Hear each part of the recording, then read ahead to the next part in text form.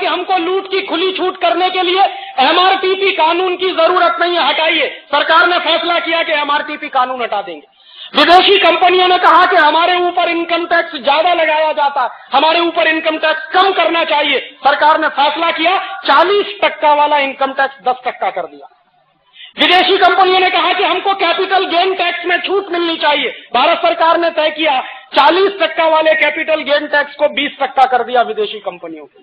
और उसके बाजू में दूसरी तरफ जो स्वदेशी लोग हैं, जो भारतीय लोग हैं, उन पर टैक्स बराबर बढ़ाना। विदेशी कंपनियों पर टैक्स की छूट है, लेकिन भारतीय लोगों पर टैक्स बढ़ाना। अगर आपकी कंपनी है तो आपको कैपिटल गेन टैक्स देना पड़ेगा 40%। अगर विदेशी कंपनी है तो उसको कैपिटल गेन टैक्स देना पड़ता 20%। अगर आपकी कंपनी है, हिंदुस्तानी कंपनी है, स्वदेशी कंपनी है, तो आपको कॉर्पोरेट टैक्स देना पड़ेगा और उसके साथ इनकम टैक्स देना पड़ेगा। विदेशी कंपनी है तो उन पर कॉर्पोरेट टैक्स की भी छूट है और इनकम टैक्स की भी छूट है। और कुछ क्षेत्र तो ऐसे हैं जिसमें भारत सरकार ने यह तक फैसला कर लिया है कि अगर विदेशी कंपनी झूठे को लिखकर दे दे कि हम 100% एक्सपोर्ट करेंगे, तो 5 से 10 साल तक उनके ऊपर कोई टैक्स नहीं लगेगा, टैक्स हॉलिडे होगा। ये चल रहा है। और इतना ही नहीं है, इसके बाद यहां तक बात पहुंच गई है, शायद आपको अंदाजा लग गया हो, सरकार ने नोटिफिकेशन जारी कर दिया है कि अगर विदेशी कंपनी वाले कुछ लाख या कुछ करोड़ रुपए की संपत्ति इस देश में लाएं और लगाएं, तो विदेशी कंपनी के अधिकारियों को भारतवर्ष का नागरिक माना जा सकता, ड्यूअल सिटीजनशिप।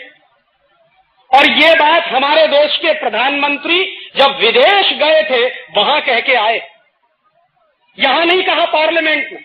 विदेश गए थे न्यूयॉर्क, और न्यूयॉर्क में विदेशी कंपनियों के अधिकारियों ने जब उनको पूछा कि आप ड्यूअल सिटीजनशिप के मामले में क्या कहने वाले, तो हमारे प्रधानमंत्री ने ताल ठोक के कह दिया कि आप आइए, कुछ करोड़ रुपए की संपत्ति ले आइए, तो हम आपको हिंदुस्तान का नागरिक मानने को तैयार हैं। और अगर विदेशी कंपनी वाले हिंदुस्तान का नागरिक बन जाए क्योंकि कुछ पूंजी लेकर आए हैं, तो उनकी हैसियत आपकी हैसियत के बराबर हो जाएगी। और अगर विदेशी कंपनी का कोई अधिकारी इस देश का नागरिक हो सकता है, तो इस देश के पार्लियामेंट का चुनाव भी लड़ सकता, क्योंकि इस देश में पार्लियामेंट का चुनाव लड़ने के लिए कोई क्वालिफिकेशन नहीं चाहिए, बस एक ही क्वालिफिकेशन कि आप इस देश के नागरिक हैं या नहीं हैं। आप चोर हैं, चुनाव लड़ सकते हैं, उचक्के हैं, चुनाव लड़ सकते हैं, गुंडे हैं, चुनाव लड़ सकते हैं, डॉन है, चुनाव लड़ सकते हैं, माफिया किंग है, चुनाव लड़ सकते हैं। और तो और छोड़ दीजिए, अगर आपने 30 मर्डर किए हैं तो आप चुनाव लड़ सकते हैं और पार्लियामेंट में पहुंच सकते हैं। और ऐसे 1-2 लोग नहीं है, इस बार के आपके देश की लोकसभा में 80 से ज्यादा ऐसे एमपीज हैं जो नोटेड हिस्ट्री शीटर हैं। और मैं मेरे घर की बात कहता हूं, मैं दूसरे की बात नहीं कहता। मेरे पिताजी के बड़े भाई पुलिस के बहुत बड़े ऑफिसर हैं उत्तर प्रदेश में, और मैं हमेशा उनको, मेरा दिल जलता है जब मैं ये कहता हूं, उनको लगता है कि राजीव मजाक करता, मैं कहता हूं कि ताऊ जी, मैं उनको बड़े पिताजी या ताऊ जी कहता। वो क्या था कि पहले अपनी जेब में वारंट लेकर घूमते थे फूलन देवी को अरेस्ट करने के लिए, क्योंकि फूलन देवी नोटोरियस क्रिमिनल है जिसने 30 से ज्यादा मर्डर किए। तो मेरे बड़े पिताजी, मेरे पिताजी के बड़े भाई पुलिस के बड़े ऑफिसर हैं उत्तर प्रदेश में, जेब में वारंट रहता था फूलन देवी को अरेस्ट करने के लिए। और आज उनकी हैसियत जानते हैं क्या है? वही व्यक्ति फूलन देवी की पुलिस सिक्योरिटी के लिए काम करता। यह स्थिति है। और मैं उनसे कहता हूं कि इस जलालत की नौकरी से अच्छा है कि लात मार के बाहर निकल आओ। माने कल तक जिसको गिरफ्तार करने के लिए वारंट लेकर घूमते थे, आज उसी फूलन देवी की सुरक्षा व्यवस्था में वो लगे रहते हैं। और फूलन देवी जैसे 80 सांसद हैं इस देश में जो लोकसभा में बैठे हैं, उनके पास कोई क्वालिफिकेशन नहीं है सिवाय इसके कि उन्होंने मर्डर किए हैं, उन्होंने डकैतियां डाली हैं, उन्होंने चोरी की है, उन्होंने झूठ बोला है। और जो जितने ज्यादा मर्डर कर सके, जो जितनी ज्यादा चोरियां और डकैती डाल सके, वो उतना ही बड़ा नेता है इस देश में। और इस देश की जनता का भी देख लीजिए कि ऐसे ही लोगों को थंपिंग मेजॉरिटी से जिता के पार्लियामेंट में भेजा जाता है।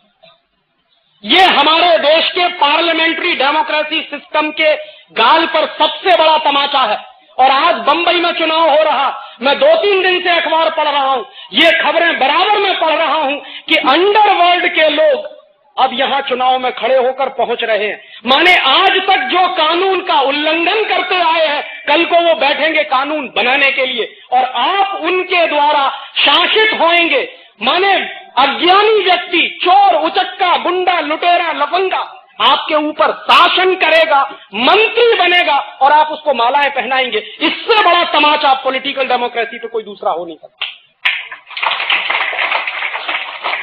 तो भारत सरकार ने तो फैसला कर दिया है कि अब तो हिंदुस्तान में विदेशी कंपनी वाले कुछ पूंजी लेकर आए और इस देश में वो चुनाव लड़ सकते हैं, पार्लियामेंट में जा सकते हैं। और चुनाव कैसे लड़ा जाता है, कैसे जीता जाता है, ये आप जानते हो, मैं भी जानता हूं। चुनाव को जीतने के लिए गुंडा शक्ति चाहिए और चुनाव को जीतने के लिए धन की शक्ति चाहिए। विदेशी कंपनियों के पास दोनों ही चीजें मौजूद हैं। वो गुंडा शक्ति भी ला सकते हैं और वो धन की शक्ति भी इस देश में इकट्ठी कर सकते हैं। तो अब तो विदेशी कंपनियों को यहां तक छूट मिली है कि उनके अधिकारी आए, इस देश में कुछ पूंजी निवेश करें, इस देश के नागरिक हो जाएं और इस देश के नागरिक हो जाएं तो चुनाव में खड़े हो सकते हैं और अगर चुनाव में खड़े हो सकते हैं तो पार्लियामेंट में पहुंच सकते हैं। और अगर विदेशी कंपनियों के अधिकारी हिंदुस्तान में चुनाव लड़कर पार्लियामेंट में पहुंचना शुरू कर देंगे तो हिंदुस्तान 1947 के वापस पुरानी स्थिति में चला जाएगा जब लॉर्ड माउंटबेटन हिंदुस्तान के पार्लियामेंट में बैठता था।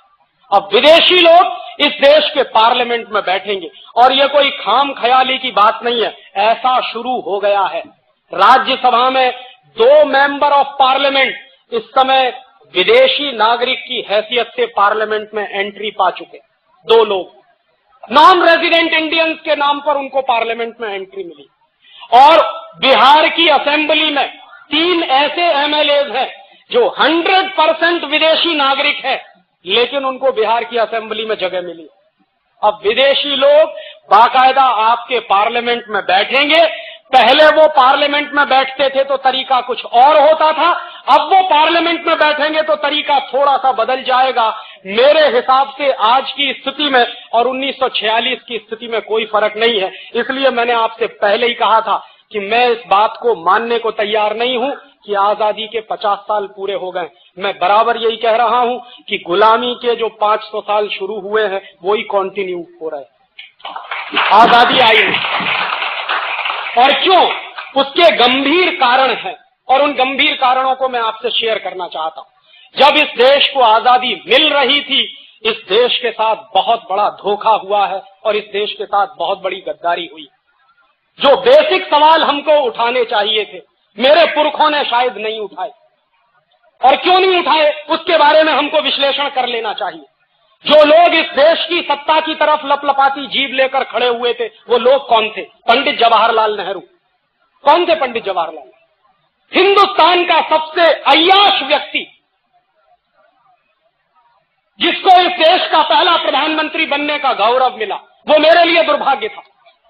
और वो आदमी इस हद तक अय्याश था कि एक औरत दो और उससे जो चाहो करवा लो। लॉर्ड माउंटबेटन ने अपनी बीवी का इस्तेमाल पंडित नेहरू के लिए किया और ये बात अब एक ओपन सीक्रेट है। 10 किताबें आपको मिल जाएंगी जिनको आप पढ़ें तो आपको पता चल जाएगा कि पंडित नेहरू किस किस्म का व्यक्ति था। और पंडित नेहरू के बारे में ब्रिटिश पार्लियामेंट में जब डिबेट चलता था तो वो डिबेट क्या होता था उसको समझिए। एक बार एक विलियम विल्बरफोर्स नाम का एमपी था, उसने पंडित नेहरू के बारे में स्टेटमेंट किया अपने पार्लियामेंट में, इंग्लैंड पार्लियामेंट। उसने कहा कि पंडित नेहरू शरीर से देखने में हिंदुस्तानी है लेकिन दिमाग से 100% खरा अंग्रेज है, इसलिए इसके हाथ में सत्ता दो, बिल्कुल सुरक्षित है। और उसने वो भी माना। ऐसे आदमी के हाथ में सत्ता दी गई और वो सत्ता देने का नाटक चला और उस आदमी के हाथ में सत्ता देने के लिए ट्रांसफर ऑफ पावर के बहुत सारे एग्रीमेंट हुए। उनमें 2-3 एग्रीमेंट महत्वपूर्ण है जो समझने चाहिए। हिंदुस्तान में 1947 तक अंग्रेजों की 127 कंपनियां काम कर रही थी। लॉर्ड माउंटबेटन को चिंता यह थी कि अगर हिंदुस्तानी आजाद होने के बाद सारी अंग्रेजी कंपनियों